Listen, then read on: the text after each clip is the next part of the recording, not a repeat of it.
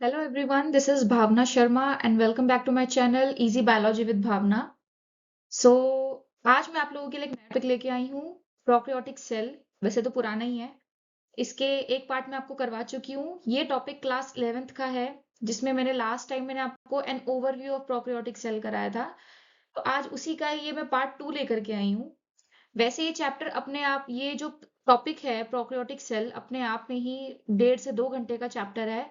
But I can understand कि कोई भी बच्चा 1.5 से 2 घंटा अगर उसके पास प्रैक्टिस नहीं है देखने की प्रॉपर, तो वो नहीं देख सकता, है ना।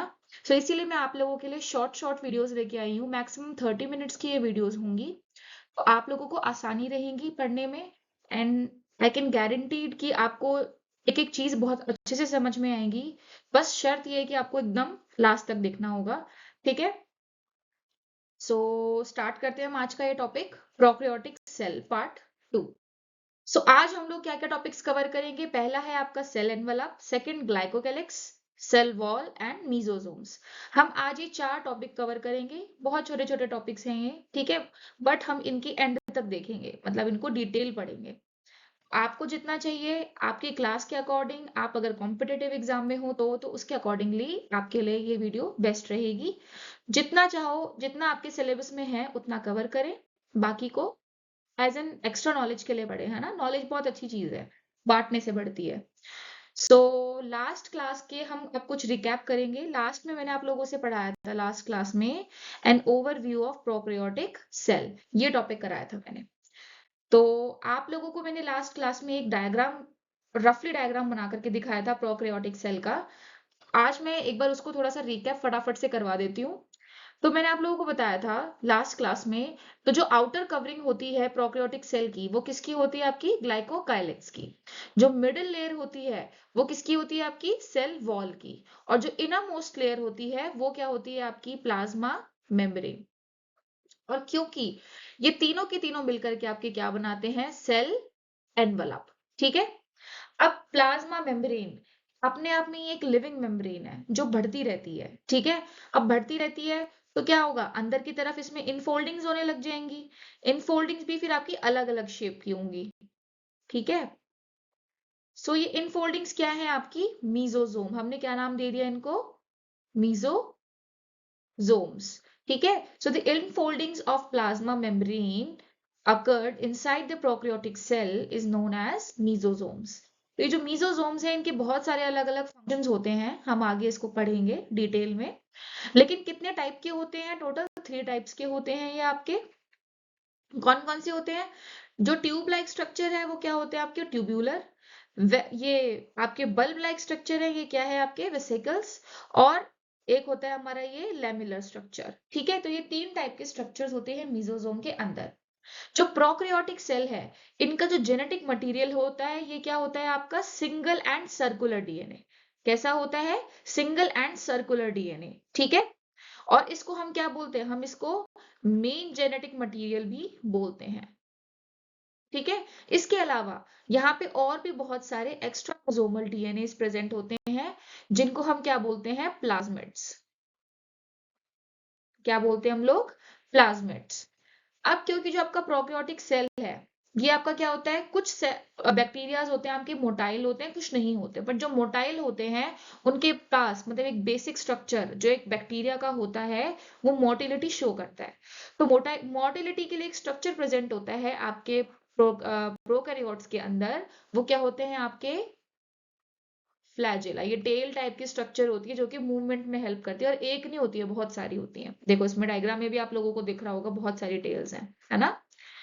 और इसी के साथ साथ कुछ इनग्रोन हेयर्स भी होते हैं, छोटे छोटे हेयर लाइक आउटग्रोथ्स होते हैं। वो इनको हम क्या कहते हैं? पिलाए। क्या बोलते हैं हम इनको? पिलाए। तो इनका क्या काम होता है? इनका अडहेरेंस का काम होता है, किसी सरफेस से अटैच होने का काम होता है, या फिर किसी सेल के साथ अटैचमेंट का काम होता है इनका, ठीक है। इसके अलावा प्रोकैरियोटिक सेल्स के अंदर कुछ आपके क्या होते हैं? इंक्लूजन बॉडीज होती हैं, जिनका काम क्या होता है? आपका स्टोरेज का। यहां लिख देती हूँ, इंक्लूजन बॉडीज, ठीक है। यहाँ पे हमारे जो प्रोकैरियोटिक सेल होता है, इनके अंदर कोई मेम्ब्रेन बाउंड ऑर्गेनेल्स प्रेजेंट नहीं होती हैं। तो इनके पास क्या होती है, मेम्ब्रेन लेस ऑर्गेनेल होती है, और वो एक ही होती है। वो कौन सी होती है आपकी, राइबोसोम्स। और कौन सी राइबोसोम्स होती हैं आपके, 70S राइबोसोम्स। ठीक है, तो ये मैंने आपको एक आउटर मतलब बेसिकली इंफॉर्मेशन दे दी है। आज इन्हीं से रिलेटेड हमारा पूरा टॉपिक होगा। इसके आगे मैंने आपसे कुछ 2-3 बातें और बताई थी। सबसे पहला पॉइंट बताया था मैंने कि they vary in shape and size. ये अलग-अलग शेप और साइज के होते हैं। कॉमा लाइक स्ट्रक्चर होता है, ठीक है? बैसिलस लाइक स्ट्रक्चर होता है। कॉमा लाइक स्ट्रक्चर होता है तो विबग्योर होता है। बैसल लाइक स्ट्रक्चर होता है तो बैसिलस होता है ना? ये स्पाइरल लाइक स्ट्रक्चर होता है तो क्या होता है आपका, स्पाइरुलम होता है। और ये स्फेयर लाइक स्ट्रक्चर होता है तो क्या होता है, कोकी होता है। दूसरी बात मैंने आपको बताई थी that they are very small and they divide faster as compare to eukaryotic cells. ठीक है, ये काफी छोटे होते हैं as compare to eukaryotic cell, but they divide very fast. ठीक है, जैसे कि अगर मैं इसमें एग्जांपल दूं आपको, ई कोलाई, इसको टोटल 20 मिनट्स चाहिए होते हैं एक डिवीजन में। लेकिन वहीं अगर मैं एक सिंपलेस्ट यूकैरियोटिक सेल बताऊं, जो कि क्या है आपका, ईस्ट, इसको 90 मिनट्स चाहिए होते हैं एक डिवीजन के लिए। तो आप समझ पा रहे होंगे कि दैट कितना ज्यादा स्मॉल होता है और कितनी ज्यादा फास्ट डिवीजन होगी। जितना ज्यादा सिंपल ऑर्गेनिज्म, उतना ही ज्यादा इजीली उसमें डिवीजन होता है। जितना ज्यादा कॉम्प्लेक्स ऑर्गेनिज्म होता जाएगा, उतनी ही डिवीजन में उसकी टाइम लगता है, क्योंकि भाई अलग अलग कॉम्प्लेक्स सेल्स भी तो होंगे ना आपकी बॉडी के अंदर, जो अलग अलग फंक्शंस परफॉर्म कर रहे होंगे। ठीक है, तो अगर हम ऐसे की बात करें, तो ह्यूमंस पूरे 24 आवर्स लेता है। उसका जो सेल होता है वो एक सेल डिवीजन में पूरा 24 आवर्स लेता है। तो ऐसे thousands and millions of cells हैं आपकी बॉडी के अंदर, तो वो भी आपका मतलब 24 आवर्स लेते हैं डिवीजन में। ठीक है, सो आज के हम अपना टॉपिक स्टार्ट करते हैं। सो पहला टॉपिक है हमारा क्या, सेल एनवलप। तो सेल एनवलप मैंने अभी आप लोगों को बताया that it is made up of glycocalyx plus cell wall plus cell membrane या फिर प्लाज्मा मेम्ब्रेन। इन तीनों से मिलकर के क्या बना है आपका, सेल एनवलप बना है। तो सबसे पहले हम पढ़ेंगे क्या, ग्लाइकोकाइलेक्स के लिए। अभी मैंने आपको इसमें डायग्राम भी दिखा रखा है। डायग्राम में देखिए, ये सबसे आउटर मोस्ट लेयर है, ये क्या है आपकी, ग्लाइकोकाइलेक्स। ये वेरी करता है, अलग अलग स्ट्रक्चर्स ऑफ प्रोकैरियोट्स में अलग अलग टाइप का होता है। ठीक है, it varies differently in different types of prokaryotic structures. So सबसे पहली चीज, it is a coating of polysaccharide carbohydrate outside the prokaryotic cell. अब ये आप या तो रट्टा ही मार लो या फिर आप इस चीज को समझो। अगर हम इसका नाम देखें, ग्लाइकोकाइलेक्स, ग्लाइको, ग्लाइको किससे सिमिलर हो रहा है आपका, ग्लूकोज। ठीक है, और कैलिक्स का मतलब होता है कोटिंग, दैट मीन्स ग्लूकोज की कोटिंग। ठीक है, कहाँ पे, आपके बैक्टीरियल सेल के ऊपर। तो जो बैक्टीरियल सेल के ऊपर ये जो ग्लूकोज की कोटिंग होती है, या फिर कह लो आप कार्बोहाइड्रेट की कोटिंग होती है, इसको हम क्या कहते हैं, ग्लाइकोकाइलेक्स बोलते हैं। क्या काम करता है ये हमें एडहेरेंस प्रोवाइड करता है किसी सरफेस पे अटैच होने के लिए, या तो किसी सेल के साथ अटैच होने के लिए या किसी सरफेस पे अटैच होने के लिए एडहेरेंस प्रोवाइड करता है। थर्ड पॉइंट है इसका, दे show the property of virulence factor. Virulence factor की प्रॉपर्टी ये शो करता है। तो किसी ऑर्गेनिज्म के अंदर कोई बैक्टीरियल इन्फेक्शन हो जाता है, तो ये इनका बहुत बड़ा रोल होता है उसके अंदर। अगर ये प्रेजेंट है, किसी बैक्टीरियल सेल के पास ये प्रेजेंट है, दैट मीन्स, ऐसे तो होते ही हैं, और अगर ये प्रेजेंट है तो वायरस सॉरी बैक्टीरियल इन्फेक्शन होना भी बहुत आम चीज हो जाती है, क्योंकि ये they basically they show the property of virulence factor. They act as a protective layer. ये क्या करते हैं, एक तरीके से प्रोटेक्टिव लेयर का काम करते हैं, in the form of capsule, capsule की फॉर्म में। ठीक है, प्रोटेक्टिव लेयर का करते हैं। तो अगर एनवायरमेंट में कितनी भी कैसी भी हार्श कंडीशंस हो, उसके अंदर सरवाइव करना इनका काम होता है। ठीक है, सरवाइव किस तरीके से बैक्टीरियल सेल को करवाया जा सकता है, वो पूरा डिपेंड किस पे करता है, आपके ग्लाइकोकाइलेक्स पे। अगर ये दो टाइप्स के होते हैं, पहला है आपका कैप्सूल और दूसरा क्या है, स्लाइम लेयर। अगर हार्ड आउटर कवरिंग है तो वो क्या होगी आपकी कैप्सूल, और अगर लचीली सी और बहुत फ्लेक्सिबल टाइप की और मतलब पतली सी लेयर है तो वो क्या है आपकी slime layer. Slime layer protection में हेल्प नहीं करती, कैप्सूल हेल्प करती है प्रोटेक्शन में। ठीक है, ये बहुत इंपॉर्टेंट पॉइंट है, इसको याद रख। आगे आता है आपका कैप्सूल। यहाँ पे आपको एक डायग्राम दिख रहा है, तो जो इनर मोस्ट लेयर है, ये इनर मोस्ट लेयर आपकी क्या है, बैक्टीरियल सेल है, और ये जो ऊपर की उसकी ये जो कवरिंग है, ये क्या है आपकी कैप्सूल है।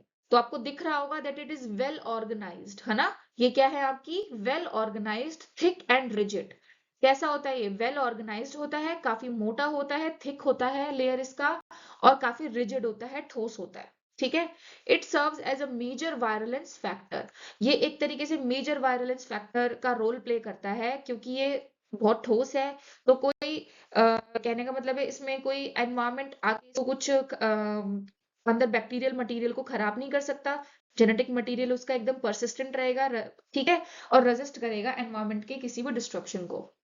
Tightly bound to the cell wall, ये सेल वॉल से काफी ज्यादा टाइटली बाउंड होता है। देखो ये है आपकी क्या सेल वॉल, और इससे बहुत ज्यादा टाइटली बाउंड होता है आपका क्या ये capsule. Its main function is protection from phagocytosis and desiccation. Phagocytosis, फैगो और साइटोसिस, साइटोसिस का मतलब सेल होता है, फैगोसाइटोसिस मतलब कि सेल को खाना, सेल ईटिंग। तो बेसिकली इसका काम, मेन फंक्शन क्या होता है, ये प्रोटेक्ट करता है हमें सेल ईटिंग, मतलब बैक्टीरिया को सेल ईटिंग से और डेसिकेशन से। डेसिकेशन से मतलब कि किसी सेल में से पानी बाहर, लिक्विड जो है उसका वो बाहर चले जाना, और वो बिल्कुल ही क्या हो जाता है, उसके अंदर फ्लूइड बिल्कुल खत्म, और वो एकदम सूख जाता है। ठीक है, तो डेसिकेशन और फैगोसाइटोसिस से आपका ये हमें कैप्सूल बचाता है, बैक्टीरिया को बचाता है। ठीक है, ये लास्ट टॉपिक एक एरर है, इसको आप रहने दीजिए। ठीक है, नेक्स्ट है आपका स्लाइम लेयर। स्लाइम लेयर का क्या है, there structure is unorganised, thin and diffused. इनका स्ट्रक्चर काफी ज्यादा अनऑर्गेनाइज्ड होता है। एक प्रॉपर अगर मैं रफली डायग्राम बनाऊं यहाँ पे, तो ये आपका बैक्टीरिया है, और जो स्लाइम लेयर कुछ इस तरीके से होता है। तो क्या ये अनऑर्गेनाइज्ड है, थिन है एज कंपेयर टू कैप्सूल, और क्या है डिफ्यूज्ड है। ठीक है, आगे क्या, it is loosely attached to cell wall and easily washed off. कैसा है ये, लूजली अटैच्ड होता है सेल वॉल से, टाइटली अटैच्ड नहीं होता है, और ये इजीली वॉश ऑफ हो जाता है जब इसको हम वॉश करते हैं। तो प्राइमरी फंक्शंस क्या है इसका, एडहेशन में हेल्प करता है ये, allowing bacteria to stick to the surfaces, surfaces पे अटैच करने में हेल्प करता है, और इसी को ही हम एडहेशन बोलते हैं। ठीक है, अब इन दोनों के बीच में एक कंपैरिजन है, दैट कैप्सूल्स क्या होते हैं आपके, ये वेल ऑर्गेनाइज्ड, थिक और रिजिड होते हैं। वहीं स्लाइम लेयर्स क्या होते हैं, अनऑर्गेनाइज्ड होते हैं, थिन होते हैं और डिफ्यूज होते हैं। Capsules tightly bound to the cell wall होते हैं, वही जो आपके स्लाइम लेयर्स होते हैं, they are loosely attached and easily washed off. Functions क्या है इनका, प्रोटेक्शन है फ्रॉम फेगोसाइटोसिस एंड डेसिकेशन। वहीं इसका फंक्शन क्या है आपका, एडहेशन का। ठीक है, आगे हम आते हैं सेल वॉल पे। तो जो सेल वॉल है आपकी, ये बेसिकली ग्राम स्टेनिंग के बेसिस पे भी क्लासिफाई की जाती है, on the basis of the cell envelope ability to retain the stain. उनकी स्टेन को रिटेन करने में भी, इसमें भी ये आपका ओके। सो बेसिकली आपकी जो सेल वॉल होती है, on the basis of the ability of the cell envelope to retain the stain और नॉट, उसके बेसिस पे आपकी सेल वॉल दो टाइप्स की होती हैं, जो कि क्या होती है, ग्राम पॉजिटिव और ग्राम नेगेटिव। सेल वॉल नहीं, बैक्टीरिया आपके दो टाइप्स के होते हैं, gram positive and gram negative bacteria. ठीक है, तो सबसे पहले किसने डेवलप किया था, ये क्रिश्चियन डी ग्राम ने डेवलप किया था। ठीक है, और ग्राम पॉजिटिव और ग्राम नेगेटिव बैक्टीरिया में डिफरेंस क्या है, मेजर डिफरेंस, कि सबसे पहला क्या है, ये आपका बैक्टीरियल स्ट्रक्चर है, इसके चारों तरफ एक थिक लेयर ऑफ पेप्टाइडोग्लाइकेन है। ठीक है, जो सेल वॉल है जो किसकी बनी हुई है, पेप्टाइडोग्लाइकेन की, तो ये थिक है, काफी थिक है। तो यहाँ पे जो ग्राम पॉजिटिव बैक्टीरिया होते हैं, इनके ऊपर एक एडिशनल लेयर नहीं होती कोटिंग की, लेकिन वही जो ग्राम नेगेटिव बैक्टीरियाज होते हैं, इनके पास थिन पेप्टाइडोग्लाइकेन होता है, मतलब इनके सेल वॉल में जो पेप्टाइडोग्लाइकेन्स होती हैं वो काफी थिन होती हैं, और उसके ऊपर एक और लेयर होती है, लिपिड की लेयर होती है, विच इज एलपीएस। एलपीएस लिपोपॉलीसेक्राइड्स लिख देती हूँ मैं यहाँ पे।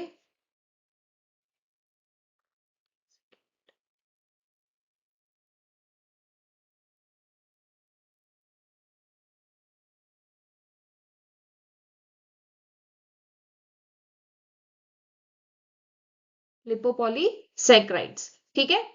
सो जो हमारे ग्राम पॉजिटिव बैक्टीरिया है, इनके पास ये एलपीएस एक्स्ट्रा लिपिड लेयर होती नहीं है प्रेजेंट। तो जो हमारा ग्राम स्टेन है वो यहाँ पे आके शो कर जाता है अपना कलर, और किस कलर के हो जाता है? पर्पल। तो ये बैक्टीरिया किस कलर के शो होते हैं? पर्पल कलर के।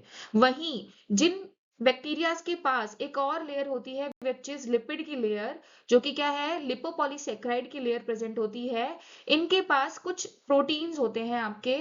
एक तो होते हैं एंडोटॉक्सिन्स, और प्रोटीन चैनल्स होते हैं पोरीन्स। तो ये क्या करते हैं? बहुत ही ज्यादा लिमिटेड कर देते हैं किसी भी मटेरियल को अंदर आने से, ठीक है। तो एक specific amount of molecules, specific molecules को ही ये एंट्री देते हैं, ठीक है। तो ये पोरीन्स क्या है? एक तरीके से चैनल्स होते हैं, प्रोटीन चैनल्स होते हैं। ये चैनल्स होते हैं आपके, ठीक है। इनका तो इनका काम क्या होता है यहाँ पे? ये क्या करते हैं? बहुत ही लिमिटेड अमाउंट ऑफ मॉलिक्यूल्स को पैसेज करवा पाते हैं अंदर की तरफ, ठीक है। पोर्स होते हैं, पोरिन्स होते हैं ये, तो बहुत ही लिमिटेड अमाउंट ऑफ मॉलिक्यूल्स को ये अंदर आने देते हैं। इसीलिए यहाँ पे जो आपका ग्राम स्टेन है ये अंदर नहीं जा पाता है, ठीक है। और इसकी वजह से क्या होता है? ये जो आपका बैक्टीरिया है ये पर्पल कलर शो नहीं करता है। ये कैसा कलर शो करता है आपका? पिंक, ठीक है। तो ये थे आपके ग्राम पॉजिटिव और Gram negative bacteria. Gram positive bacteria सबसे पहले तो ये किन्होंने डेवलप किया है? Christian de Gram. इनके नाम पे ही ग्राम स्टेन पड़ा। और ग्राम पॉजिटिव बैक्टीरिया वो बैक्टीरिया होते हैं जो स्टेन को रिटेन कर देते हैं due to the presence of thick peptidoglycan layer. लेकिन वही जो ग्राम नेगेटिव बैक्टीरियाज होते हैं, they does not retain stain due to the presence of thin layer of peptidoglycan and also the presence of extra lipid layer which is called lipopolysaccharides, ठीक है। तो ये चीजें आपको समझ में आ गई होंगी आई होप। नेक्स्ट है आपका सेल वॉल। अभी तो मैंने आप लोगों को ये ग्राम स्टेनिंग के बेसिस पे समझाया, लेकिन अब आपके ये देखो, ये आपके पास डायग्राम है ग्राम नेगेटिव और ग्राम पॉजिटिव बैक्टीरिया का। ये देखो, ये कितनी ज्यादा ग्राम पॉजिटिव बैक्टीरिया के पास कितनी मोटी थिक लेयर है पेप्टाइडोग्लाइकेन की, वहीं जो ग्राम नेगेटिव बैक्टीरिया उनके पास कितनी छोटी है या कितनी पतली थिन लेयर है। और उसके ऊपर देखो यहाँ पे ये क्या है आपका? लिपोपॉलीसैकेराइड की लेयर है। और ये है वो पोरीन्स चैनल्स जिसके थ्रू आपके क्या होते हैं? मॉलिक्यूल्स अंदर जाते हैं, ठीक है। लिमिटेड अमाउंट ऑफ जो मॉलिक्यूल्स होते हैं वो अंदर जाते हैं। तो अब हम आते हैं हमारे सेल वॉल पे। तो सेल वॉल क्या प्रोवाइड करते हैं? सेल स्ट्रक्चरल इंटीग्रिटी को प्रोवाइड करते हैं। इंटीग्रिटी मतलब जैसा है वो सेल, उसको वो स्ट्रक्चर प्रोवाइड करने का काम किसका होता है? सेल वॉल का। कहने का मतलब एक तरीके से बाउंड्री होती है, और वो बाउंड्री बहुत ज्यादा ठोस होती है, ठीक है, स्ट्रांग होती है। So it determines the cell shape. क्या काम करती है ये? सेल के शेप को डिटरमाइन करने में हेल्प करती है। सेल वॉल अगर प्रेजेंट होगी तो सेल की शेप भी मेंटेन रहेगी, ठीक है। अगर नहीं होगी सेल वॉल तो वो लचीला सा होगा, ठीक है, just like amoeba. It provides a strong structural support to prevent the bacterium from bursting or collapsing. अब ये क्या करता है? एक स्ट्रक्चरल सपोर्ट भी प्रोवाइड करता है, जिसकी वजह से जो बैक्टीरिया है जब उसके अंदर अमाउंट ज्यादा हो जाता है तो वो को फटने से रोकता है, ठीक है, बर्स्ट होने से या कोलैप्स होने से रोकता है। अगर सपोज साइटोप्लाज्म है वो अगर ज्यादा हो गया आपके सेल के अंदर, तो वो उसको उतने से ही एरिया में दबा करके रखेगा बजाय उसको बर्स्ट करने के, ठीक है। नेक्स्ट आपका आता है मीजोजोम्स। तो मीजोजोम्स मैंने आपको बताया था दैट क्या होते हैं ये? It is formed by the extensions of plasma membrane into the cell, ठीक है। कितने टाइप की इनफोल्डिंग्स होती हैं? ये 3 टाइप्स की होती हैं। पहली क्या है? वेसिकल्स, दूसरी है ट्यूब्यूल्स, और तीसरी क्या है? लेमिला। तो वेसिकल्स कैसी होती है आपकी? बल्ब लाइक स्ट्रक्चर होता है। ट्यूब्यूल्स कैसे होते हैं आपके? इसे ट्यूब लाइक स्ट्रक्चर होते हैं। और लेमिला कैसे होते हैं आपके? कुछ इस तरीके के स्ट्रक्चर होते हैं, ठीक है। So they are called as mitochondria of prokaryotic cell. इनको हम माइटोकॉन्ड्रिया ऑफ प्रोकैरियोटिक सेल भी कहते हैं। That means they are the power house of the cell. मतलब काफी सारे फंक्शंस ये परफॉर्म करते हैं, मतलब बेसिकली एनर्जी प्रोवाइड करने का काम इनका होता है, ठीक है। अब क्या है, ये किस किन चीजों में फंक्शन करते हैं? They they helpful in the formation of cell wall formation में ये हेल्प करते हैं। सिक्रीशन ऑफ वेसल्स, ठीक है, वेसल्स को सिक्रीट करने में हेल्प करते हैं। इंक्रीज करते हैं प्लाज्मा मेम्ब्रेन का सरफेस एरिया, और एंजाइमेटिक एक्टिविटीज को मतलब परफॉर्म करने में भी हेल्प करते हैं, ठीक है। डीएनए रेप्लिकेशन, डीएनए रेप्लिकेशन में ये हेल्प करते हैं। डिस्ट्रीब्यूशन ऑफ डॉटर सेल्स, उसमें भी ये हेल्प करते हैं। रेप्लिकेशन मतलब रेप्लिकेट करना, डीएनए, ये आपका डीएनए है, इसको रेप्लिकेट करने में ये आपका हेल्प करता है, ठीक है। तो ये एक था आपका सिंगल मॉलिक्यूल ऑफ डीएनए था, ये अब क्या बन गए, 2 मॉलिक्यूल्स ऑफ डीएनए बन गए आपके। रेस्पिरेशन में भी ये हेल्प करता है, रेस्पिरेशन में हेल्प करता है, इसीलिए हम इसको माइटोकॉन्ड्रिया ऑफ प्रोकैरियोटिक सेल भी बोलते हैं। अब एक छोटा सा पॉइंट और है, दैट इन साइनोबैक्टीरिया, हमारे जो साइनोबैक्टीरियाज होते हैं उनके अंदर एक और अदर मेम्ब्रेनस एक्सटेंशंस होती हैं साइटोप्लाज्म के अंदर, जिनको हम क्या कहते हैं, क्रोमेटोपोर्स। क्रोमेटोफोर्स बोलते हैं, और जो कि क्या करते हैं, उनके अंदर पिगमेंट्स होती है जो कि पिगमेंट शो करते हैं, ठीक है।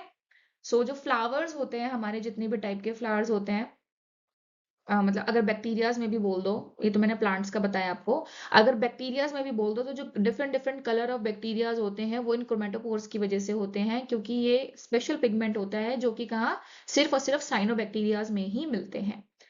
तो आई होप आप लोगों को आज का लेक्चर अच्छा लगा हो। सो इस क्लास को लाइक, शेयर एंड सब्सक्राइब जरूर करना, और आगे मैं आप लोगों को इस चैप्टर से रिलेटेड आगे फर्दर फ्लैजिला, पिलाई और फिम्ब्रे, इनके ये टॉपिक्स आपको आगे मैं कराऊंगी। So thank you very much, and I hope आप लोगों को समझ में आया होगा सब कुछ। ऐसे ही लाइक करते रहें, सब्सक्राइब करते रहें। Thank you very much. आपका दिन शुभ हो।